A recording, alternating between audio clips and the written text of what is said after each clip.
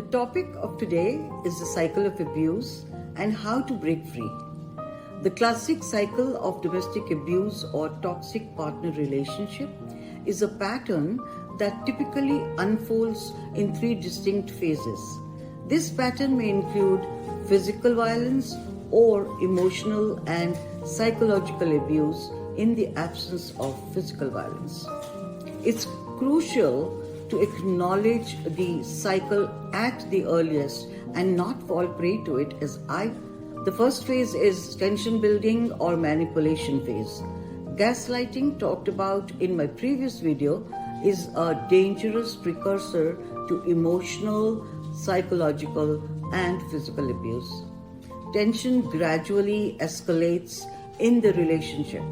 The abuser may become increasingly moody, angry, or irritable while the victim tries to placate or avoid triggering the abuser. There may be minor incidents of verbal or emotional abuse during this phase, which create an atmosphere of fear and anxiety. The victim often feels like they are walking on eggshells and may try to calm the abuser or change their behavior to prevent an outburst.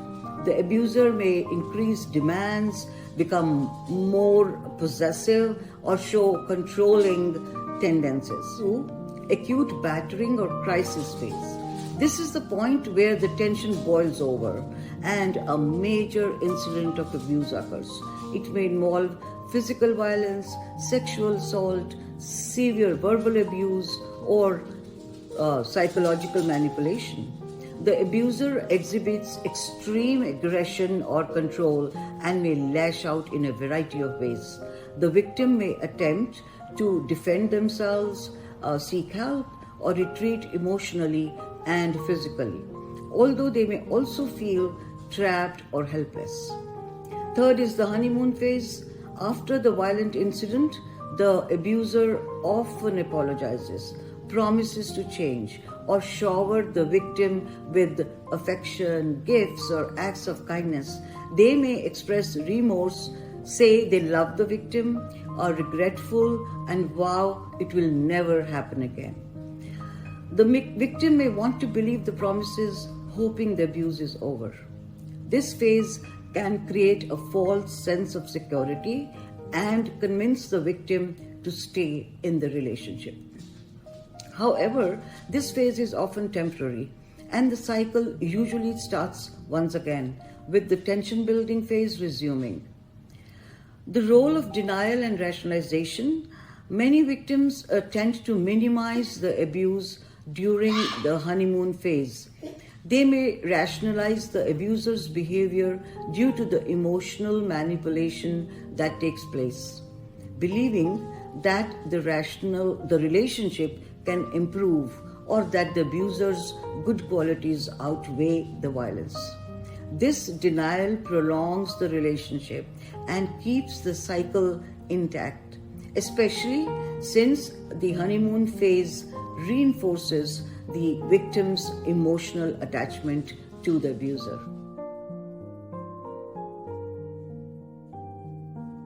Repetition of the cycle. Over time, the honeymoon phase may diminish or just disappear altogether, while the tension building and acute phases become more frequent and intense. This repetitive cycle traps victims in abusive relationships, as they often hold on to hope that the abuser will truly change or that the love shown during the honeymoon phase is real.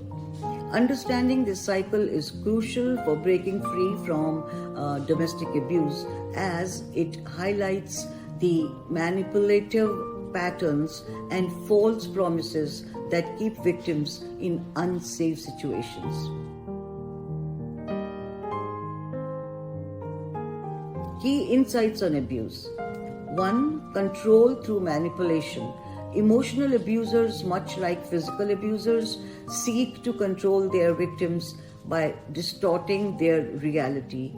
Gaslighting, humiliation, and constant criticism slowly erode the victim's self-esteem, making them dependent on the abuser for validation. 2. Power and domination. Abuse is about power and control, where the abuser maintains dominance over the victim by keeping them emotionally off balance and unsure of themselves. 3. Lasting psychological damage.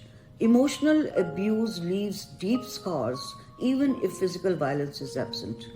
The impact can include depression, anxiety, trauma, and a profound sense of worthlessness, making it difficult for a victim to collect the courage to leave.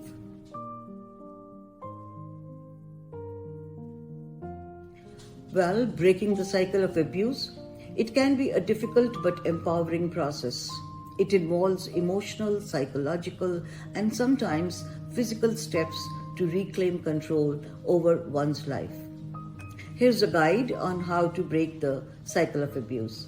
1. Acknowledge the reality of the abuse. Recognize the patterns. Awareness is the first step. Acknowledge that the relationship is abusive and understand that the cycle of abuse will likely continue if no action is taken. Also understand it's not your fault. Victims often feel guilty or responsible for the abuse. But it's important to realize that the abuser is responsible for their own actions. 2.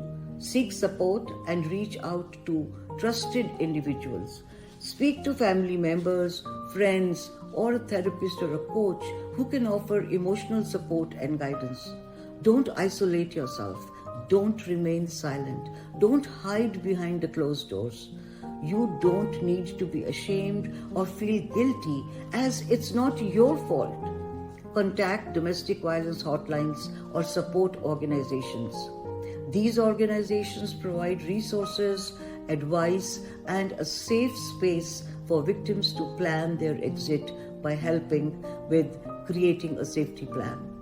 This includes knowing where to go in an emergency, having a hidden bag packed with essentials, saving important documents like passport, driving license, a set of car keys, necessary numbers to call in a pouch outside the house in case you have to run out to safety.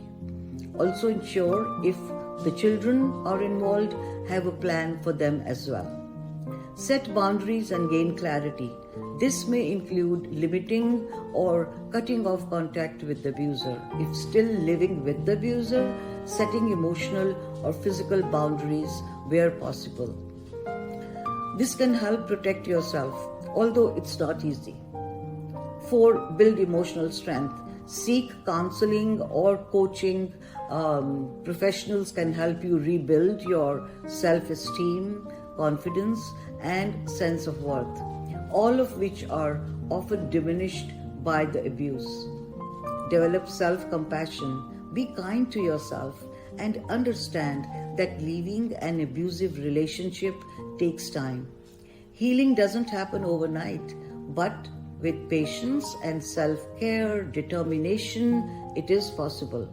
Support groups can be a great way to meet others who understand your situation and to feel less alone. 5. Take legal action if necessary. Know your legal rights. Research protective orders like restraining orders and how to file charges against the abuser if needed. Domestic violence laws are designed to protect victims, and law enforcement can assist in ensuring safety. Contact an attorney, especially if children are involved. Seek legal advice to understand your rights regarding child custody. Financial support and legal protection is necessary too. Work towards financial independence. Start by saving money if possible, opening a bank account in your name, or seeking employment. Many domestic violence organizations offer financial aid, shelter, or resources to help you gain stability after leaving. Commit to breaking the cycle. Focus on personal growth. Leaving an abusive relationship is just the beginning. It's important to commit to ongoing personal development and healing through therapy, coaching, education, and self-care. Establish healthy boundaries for future relationships. Learn to recognize red flags and set boundaries early in any future relationships and not fall prey to anybody else. Develop an exit strategy. Have an escape plan ready. If you are still in the relationship, gradually prepare an exit plan. Make sure you have a safe place to go and know how you will get there. Keep your plan confidential from the abuser. Heal and rebuild. Healing from abuse is a long process, and it's okay to take time to feel fully safe and whole again. Personal growth coaches can be a good option.